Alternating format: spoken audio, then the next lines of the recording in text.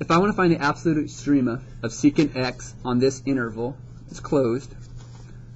First of all, we have to find where the derivative equals 0 to find critical numbers. And then we also check the endpoints. So, derive this, first step. G prime x is secant x tangent x. Okay, that was hard. Now, we have to set that equal to 0, because you set the derivative equal to 0 to find critical numbers. Now, you understand here you have the something called zero product property. You basically set each piece, because it's multiplied, equal to 0. So we're setting each piece equal to 0. Now, we probably don't want to look at that in those forms. It would be easier to change them to sines and cosines, hopefully. So this one right here looks like it's going to be a 1 over cosine x equal to 0. And this one looks like it's sine x over cosine x equals 0. Oh, by the way, critical numbers are where the derivative equals 0 as well as where it does not exist. So do we care about the bottoms? Yeah. Yes. Because it's where it equals 0 or it does not exist. So we want to set 1 equal to 0, which makes no sense. So we set cosine x equal to 0. When does cosine equal 0? In this interval. Is pi over 2 in that interval? Is pi over 2 in that interval?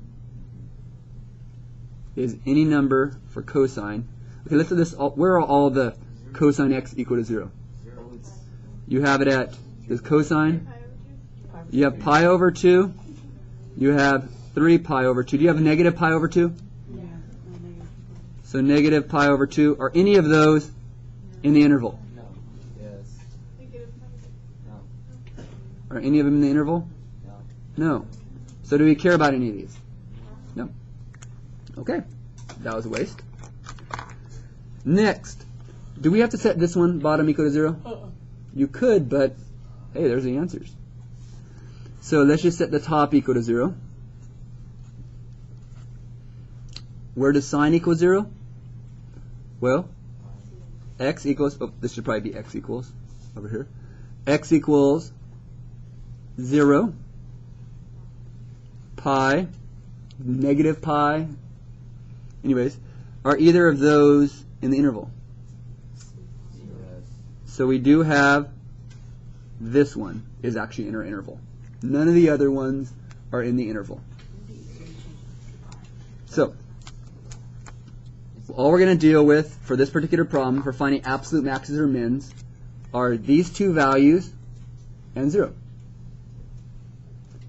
Good. And what we're going to do, how do we find absolute maxes and mins? We just plug in these three values into secant, into the original. Be careful, a lot of people mess up and plug it into the wrong one. So let's start off with the negative one. Negative. And then we're also going to plug in 0, and we're going to plug in pi over 3. Just doing them in order. And we plug them into secant. So can I change secant, by the way, to cosine? A little bit easier for most people.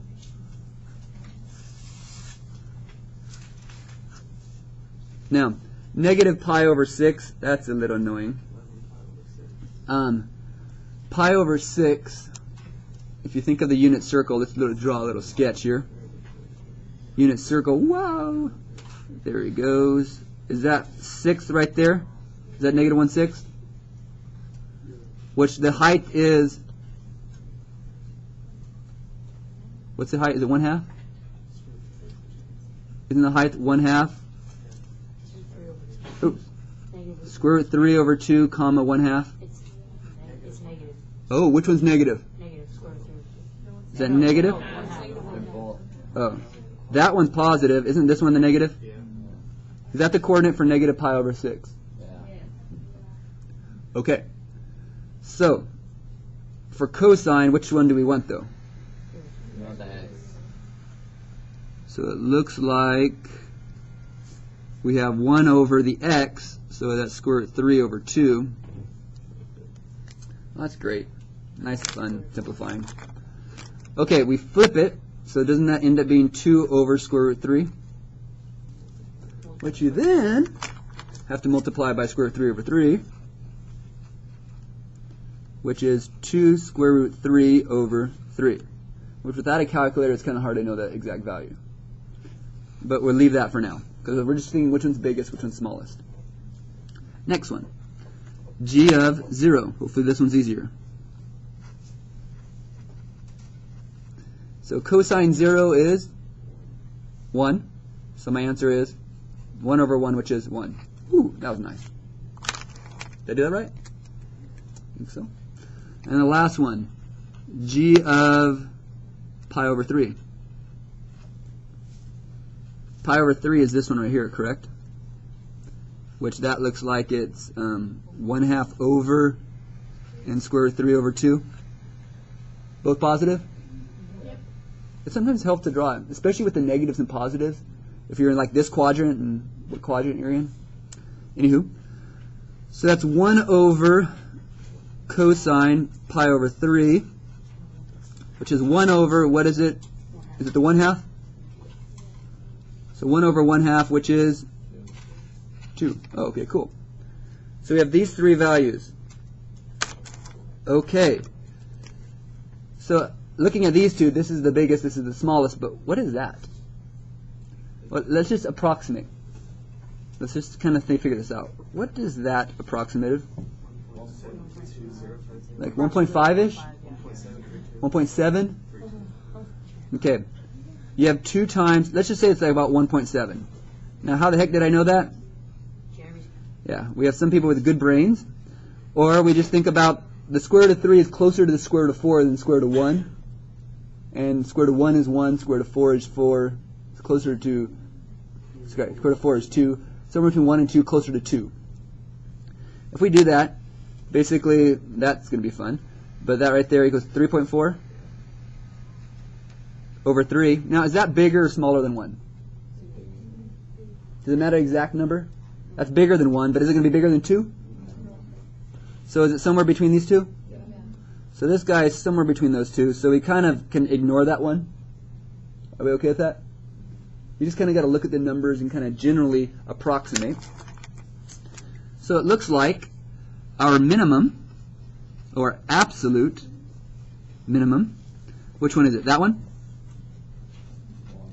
Is 0, 1? And our absolute maximum is pi over 3, 2. There's our answer.